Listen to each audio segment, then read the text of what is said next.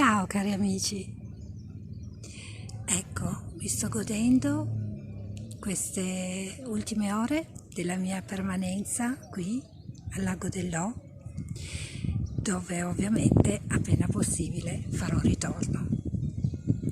Vi auguro una buona serata, come sempre, e grazie di cuore per aver condiviso con me tanti e tantissimi momenti belli della mia vita e spero di condividerne ancora altrettanti.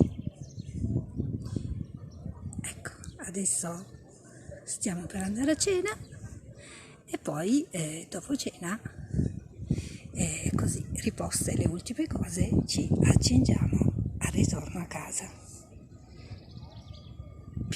Ciao, arrivederci al prossimo video.